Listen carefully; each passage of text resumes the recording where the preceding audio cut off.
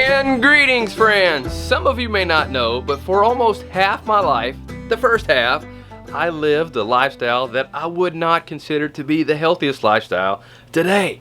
My diet wasn't good. It was filled with all kind of just junk, like Pepsis and Cokes and Sprites and 7-Ups and all kind of just sugar in my diet, including Pop-Tarts that I had on a 2 to 4 on a regular basis, on a day-to-day basis, as well as other things like consuming margarines and seed oils, fake oils, you name it. It was just full of junk. Things that I would not even consider eating today, especially like a lot of fast food like McDonald's and Burger King, and man, I can't believe I ate that junk. But I continued to do that from growing up into my teenage years and even to my early 20s, and along the way I was exposed to a lot of different toxins and chemicals, things that I didn't even have a clue about back in the day. But as I got older and I got to be more interested in health and working out and exercising, that's where it started, was just really being into exercising. And even growing up, I was a pretty active person. I've always been somebody who enjoys sports and moving around and doing things, and we were even outside on a regular basis, getting access to the sun and fresh air. So that part was good, but there was a lot of things I just didn't know about, like I mentioned, like the diet and toxins. So as I got older and started to really start learning more and getting really into health and fitness, after I moved on from the exercise part, I started really looking at my diet and seeing what I could do to change and eat healthier and actually know what foods we're supposed to be consuming. And then from there, I met Lacie, and she was on the same page, and she started introducing me to things like the information about toxins and chemicals and things that we put on our body and that is around us that we shouldn't have around us. And we've tried to continue that. And even thinking back when I was young, we lived in a different state when I was a young child, and there was excess fluoride in the water. And it went on for a number of years. My teeth had different spots on them and discoloration. And then once we moved out of that state into a different area, and we saw a dentist, and he was like, "That's from too much fluoride." And we were like, wow. And that planted a seed in my head later on that, hey, maybe that's not good for me. That's one of the chemicals that I need to avoid. And we've tried to do that in our family. So most of the time we make our own toothpaste and we do things like that. And if we can't, we use products like Redmond toothpaste. And it's fluoride free, and I highly recommend that. But we also strive to do other things to make our home and areas around us healthier and less toxic. And recently we've been upgrading around here and remodeling here in the yurt that we live in. And I live in a yurt. For those of you who've never seen any of these videos before, I live in a yurt. That's the house that I live in. We live in. I live here with my wife and 3 kids. And one of the areas that we've been remodeling here recently is the kids' bunk bed areas. So we're going to continue working on that today because the project isn't finished yet. So I'm going to let Lacie explain what we're doing. So what are we working on today? We're working on putting together a mattress for Micah. So we're going to be making our own mattress? Well, that's the end goal, is to make our own mattress. I have done lots of research on the materials that mattresses are made out of, and you know, a lot of times people don't think about what materials they are, but most materials made or that are used in mattresses like off gas really bad. And if you don't know what off gas is, it means the chemicals that they're made of like goes into the air and then you inhale them, and they're really bad for your health. So we're going to be doing an experimental DIY video with this, right? Yes, because all 100% organic mattresses that I was finding were like super expensive, even for just a twin size, anywhere from, you know, $700 to $1,000, and I just don't have that to put into a mattress right now. A lot of people don't. No, and I looked at other ways that you can. There's another company where you can buy the latex toppers and then other fillers and put it in your ticking, and that was really adding up really fast too. So I'm kind of making my own, and we'll see how it goes. Here we go. So what do we have here? Is this the part of the mattress that we're working with here? Yes, so this is 100% natural latex topper. And this is a king size. So it's a 2-inch topper. So what I'm going to do is I'm going to take it and I'm going to cut it down the middle and stack it on top of one another and make a 4-inch twin size mattress. And this is going to go in this organic mattress cover. Now this isn't completely 100% organic, but this is what, I think it's about 40% organic, and it's actually waterproof too, because as you mom know, as all of you moms know, little kids, and you got to make sure the mattress is a little bit of waterproof. Yeah, we ran into why that is needed before. So I'm gonna go ahead and I've washed this. I always like to wash new things because that will get some of those chemicals off of any products that you have. And that is actually why I left our new couch outside for several hours. And I know there was at least one, if not a few people, that thought I was nutso for doing that. But it's true. Like, once you open that plastic initially, it's going to let off these gases, and you don't want that to be in your house. And for those of you who may be wondering, if you missed that video, what she's talking about, well, we recently bought our first brand new couch, and it's right here. And when we got it, Lacie was like, it needs to stay outside for a few hours so it can just air out, get some of those off gases out. And some people thought we were crazy for doing that. And you thought we were crazy for getting a white one, and we are crazy. But a couch cover is coming soon, but this was the only color that this couch was available in, so we couldn't even get around it. But it was the one we really liked. We saw other colors, but we just did not like the feel of those couches. This one, we really enjoyed the feel for it, and we know there's a lot of traffic and kids and dirt and all that fun stuff, so that's why she's got a cover coming for it soon. So, well, back to the mattress. Okay. So, I'm going to put this up here. And this is 100% natural latex. It is GOTS certified. So that is like one of the certifications for mattresses. It's GOTS or GOLS certified. So this should have no smell whenever we open it up at all. And it's compressed. So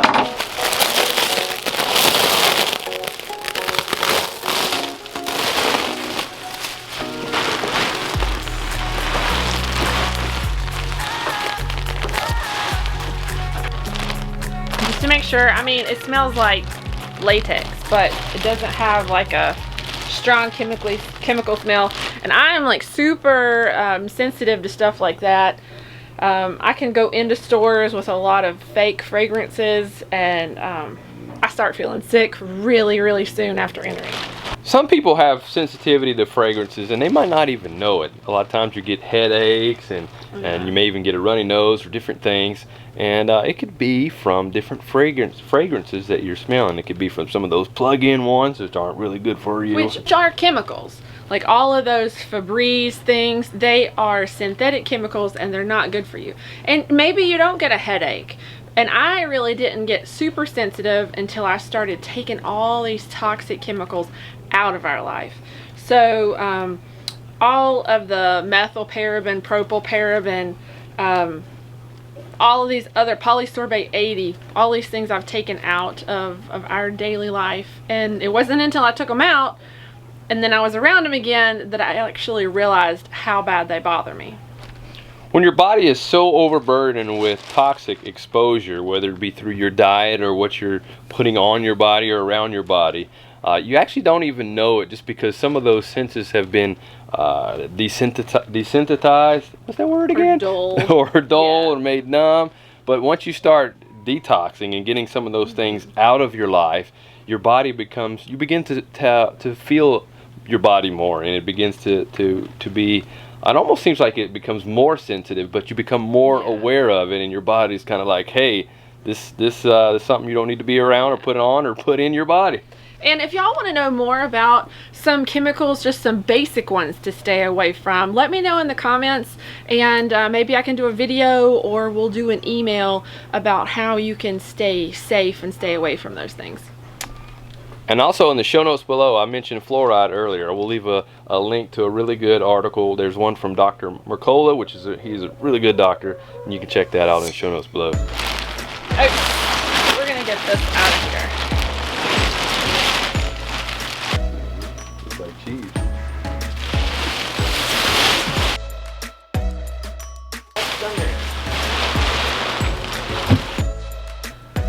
Okay, so now it's out of the plastic and I'm going to cut it in half. But I gotta make sure I have it the right way. So a king, I do believe, is 76 inches wide and 80 inches long. So I want to make sure I got it the right way.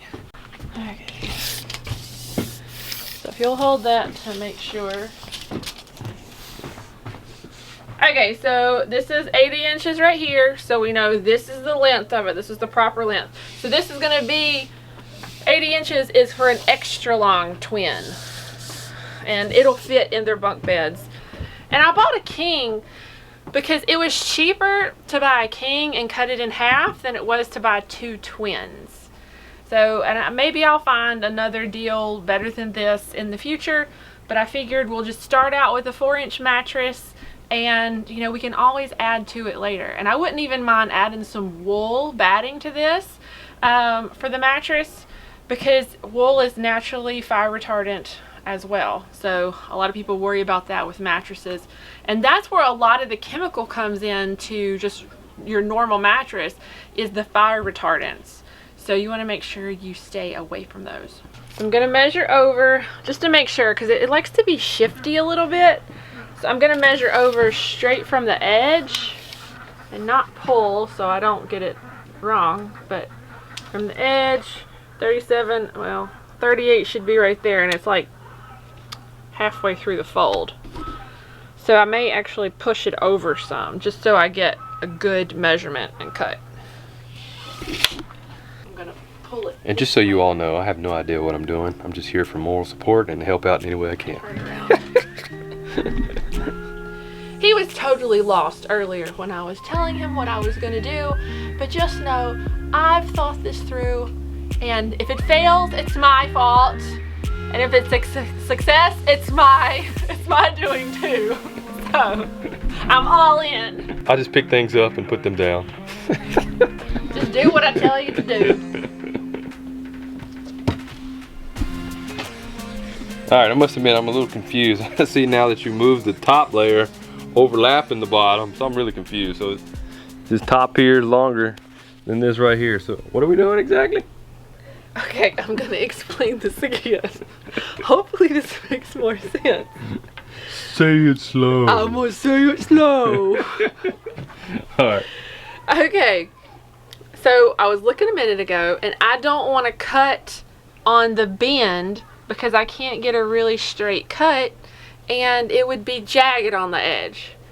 So just call this me being, you're OCD about stuff, this is my OCD about stuff. So what I'm going to do is I pulled it more that way, and I'm going to measure off 38 inches to over here, and I'm going to put a mark. And then I'm going to do that the whole length, and then I'm going to cut it, and hopefully it's going to end up being a lot cleaner cut than if I was just cutting down the fold. Gotcha. And you can use these dots that are already here as a guide. Yes. Got it. Me am Superman. Let's start off right here so where I know it's like straight. I still don't like necessarily. Can you hold it over there? Don't let it pull. Don't hold it too tight. That's what happens when you work with a man. You get man responsive. Yes. Okay. 38. I want to make sure this is flat. It looks like 38 is right here at this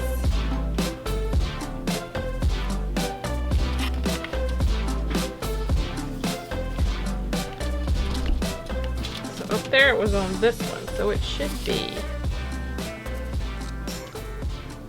Okay, so it's looking like it's this row right here.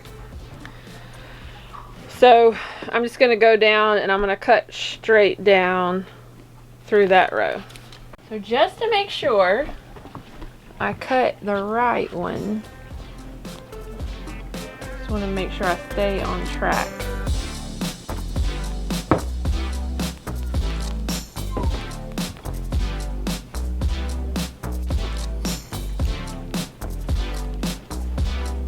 How hard is it to cut it? Not the easiest thing. You really do need some good sharp scissors. See, it's still a little ragged. I mean, that's not bad at all, I don't think. Think a knife would be better? I don't think a knife would be better. I don't think I have a knife that's sharp enough that would be better.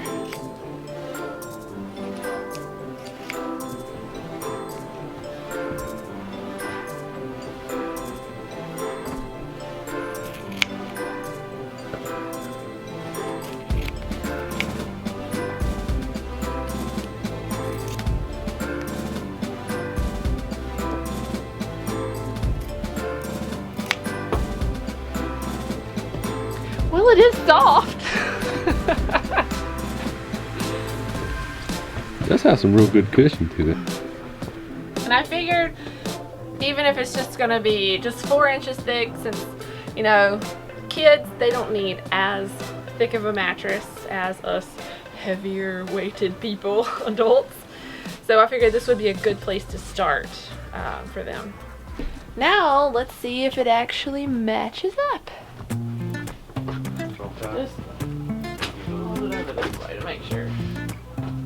Bada bing, bada boom. So there we have it. It's cut. It looks like a twin mattress to me. We're just gonna go ahead now and put it into the mattress cover. So it'll be all in one piece. I'm just gonna do it this way.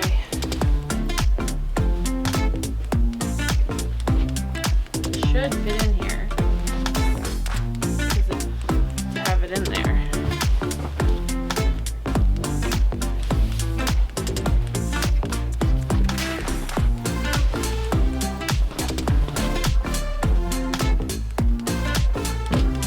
There's only one difference.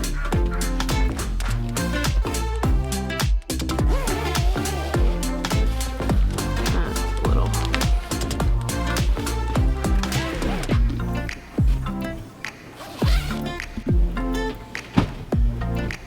Here we go. We now have our mattress, which I think feels super kind. I'm just gonna do this right here. Oh, I think that feels comfy. Yeah, I must say it's looking better than what I thought it was gonna look. So I'm liking it. I especially think, especially for kids, I think this would be enough. But like I said, I plan on adding more to it to the future, and that way you know that your mattress that you make is better for you than the ones you can buy. So, only thing next is to set it up on the bed, right? That's right. All right.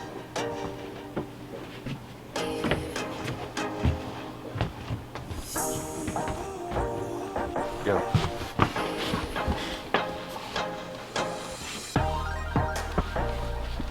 That was pretty neat. I might have to try it out. I think I can sleep here. Well, we're not done yet, so you need to go ahead and get up. All right. So one other thing I want to get done is I put some duvets on our wish list a while back, and some of you wonderful people bought them for the kids, and I have duvet covers too, so I want to go ahead and get that switched out. So we're just upgrading a little bit of everything. Okay, so we have goose feather duvets. So they should be super warm. And I'll take one out right here.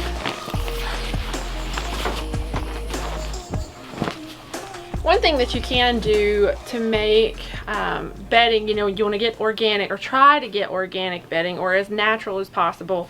I found some sheets and duvets, organic cotton at like a discount store. So if you just look every time you go in somewhere, sometimes you can score some really good deals on organic stuff and be healthier. Well, this is one of my favorite colors right here. Who picked this one out? Well, this is one of those organic deals, and sometimes you can't necessarily get every color that you want, but Josiah said he had wanted like a burgundy color, so it ended up working out really well, so this is his. I wonder if he remembered that this is like my favorite color. So, I don't know. Maybe he did. You do know? I don't know. Maybe so. There's like 3 colors that I really like, and 2 are really, really my favorite. One is like a burgundy. It's like my really top favorite. And I also like the navy type blue. And then like a gold would be like the 3rd color. And I like them together. I think that combination just like, I don't know, it's like royal or something. It's just neat. So you just slipped it right over? Yeah. The duvet? Take it. Work it on in. Yep.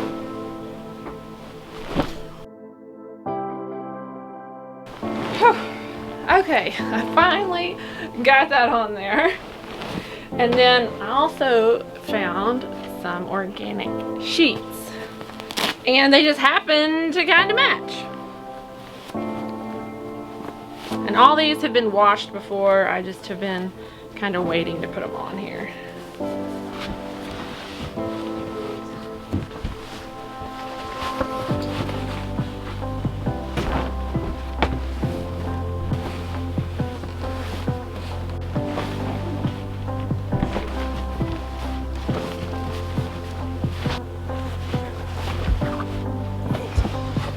There we go.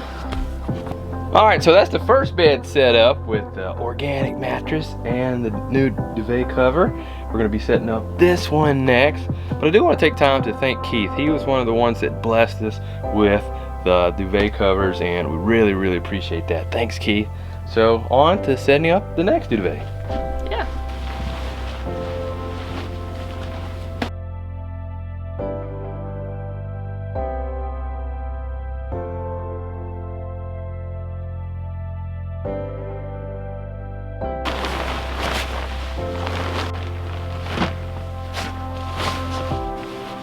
So I must say, I'm pretty impressed with your DIY experiment here. It looks like it was a success. So I think we got one more mattress to make like that, right? Well, thank you. And even if you can't make a whole mattress, think about putting a 100% latex topper on your bed or your kid's bed just to get you as far away from those fabrics that have those chemicals on them, and you'll probably sleep better and feel better all the way around. I know these are for the kids, but I feel like I want to go sleep in them. You should try them out. I must say, I do kind of like this. I haven't slept in a bunk bed in a long time. Hey, what you doing up there? Hey down there. Have you ever been in a bunk bed before? I shared a bunk bed with my brother for a long time. Well, I didn't share one, but I had my own. I was on the top, and my brother was down below. So, well, that's what I meant. I was on the bottom. Brother was on the top. So, we still got some more work to do on this bunk bed project here, but it's so neat that the organic mattress has worked out, and so are the duvet covers. Looks like they're going to be great. One of the things we want to do is the kids really want to have like some curtains where they can come in here and hide in their little space in here, and then maybe like a light or something where they can read a book as they're laying here. So it's pretty neat that each of them will be able to have their own bed. And some of you have asked about Selah having her own room. And Lacie, you didn't grow up having your own room, did you, when you were young? No, I didn't have my own room until I was 17, and I shared with my brother until then. And it's so interesting that over the past 100 years or so, that the sizes of the families have gotten smaller, but the sizes of the houses have gotten bigger. So there's more space for less people. But back in the day, the houses were small and the families were bigger, and they just shared spaces together. Besides, when you live on a homestead or somewhere where you're constantly have activity going and you're outside in various places, we don't spend a lot of time in our rooms, do we? No, just to sleep. There's plenty of room around here to kind of get some time away if you need to. Yeah, you can always figure something out. That's right. That's what they used to do. Besides, I have ancestors that used to live in teepees and different things. They made it happen and made it work. They sure did. Well, make sure you stay tuned for our progress here with this project, as well as many other projects that we have going on here. And we continue to have an ongoing basis on this homesteading adventure that we have here while living in a yurt. But we'll see you next time. And if you haven't subscribed already, make sure you subscribe. I really have been wanting to hit 100,000 before the end of 2020. We're just so close. Not sure if it'll happen or not, but please help us to do so by clicking that subscribe button. We'll see you next time. Good night.